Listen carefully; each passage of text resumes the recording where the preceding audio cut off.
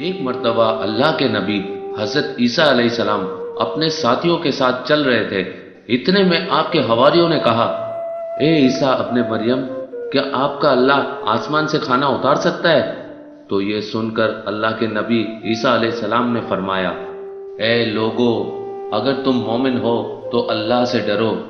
تو انہوں نے کہا، ہم تو اپنے ایمان کی تازگی کے لیے عرض کر رہے ہیں، تاکہ ہم اللہ کی قدرت کو دیکھیں اور پیٹ بھر کے کھانا کھا کر اپنے ایمان کو بڑھائیں، اور وہ لوگ جو کفر پر ہے ان کا ایمان بھی آپ پر ہو جائے۔ بس یہ سن کر اللہ کے نبی حضرت عیسیٰ علیہ السلام نے ہاتھوں کو بلند کیا اور اللہ کے دربار میں دعا مانگی کہ اے اللہ، ہمارے لیے آسمان سے دسترخوان اتار، تاکہ ہمارے اور آنے والے لوگوں کے لیے یہ نشانی عید بن جائے۔ بے شک تو بہترین رزق دینے والا ہے۔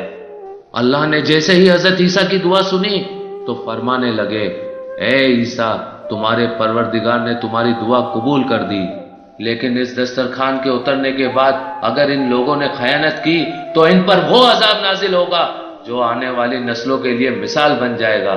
ابھی یہ الفاظ مکمل ہو ہی رہے تھے کہ اتنی دیر میں آسمان سے فرشتے دسترخوان اتار کے لے آئے، جس میں 7 مچھلیاں اور 7 روٹیاں تھیں۔ بعض روایتوں میں ہے کہ آسمان سے مچھلی اور گوشت اترا، اور کچھ روایت میں کہ ایک بڑی مچھلی خوب پکی ہوئی اور قسم قسم کی سبزیاں اور روٹیاں دسترخوان پر موجود تھیں، اور ایک روٹی پر روغن زیتون، ایک پر شہد، ایک پر گھی، ایک پر پنیر اور ایک پر گوشت کی بوٹیاں تھیں۔ بس جیسے ہی حضرت عیسیٰ کے حواریوں نے اس نورانی دسترخوان اور روٹی کو دیکھا تو ان میں سے ایک، جس کا نام شمعون تھا، جو اپنی قوم کا سردار تھا، کہنے لگا کہ اے روح اللہ، کیا یہ دسترخوان دنیاوی کھانوں میں سے ہے یا آسمانوں کے؟ اللہ کے نبی عیسیٰ علیہ السلام نے فرمایا، یہ دسترخوان نہ دنیا کے کھانوں میں سے ہے نہ آسمانوں کے، بلکہ تمہارے پروردگار نے ابھی ابھی ایجاد کر کے تمہارے لیے اتارا ہے۔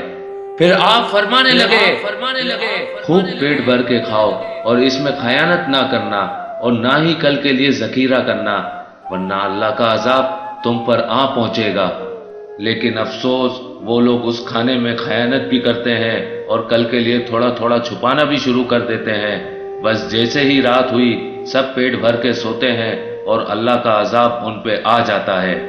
اب جیسے ہی سورج طلوع ہوا تو ان میں سے کچھ خنزیر تو کچھ بندر بن جاتے ہیں اور ادھر ادھر بھاگنا شروع کر دیتے ہیں اور اپنے آپ کو نوچتے رہتے ہیں۔ اللہ کے نبی حضرت عیسیٰ علیہ السلام نے جب ان کو دیکھا تو اللہ سے دعا کی، تو یوں تیسرے دن وہ سارے اللہ اور اللہ کے نبی کے نافرمان دنیا سے مر کے فنار ہو گئے۔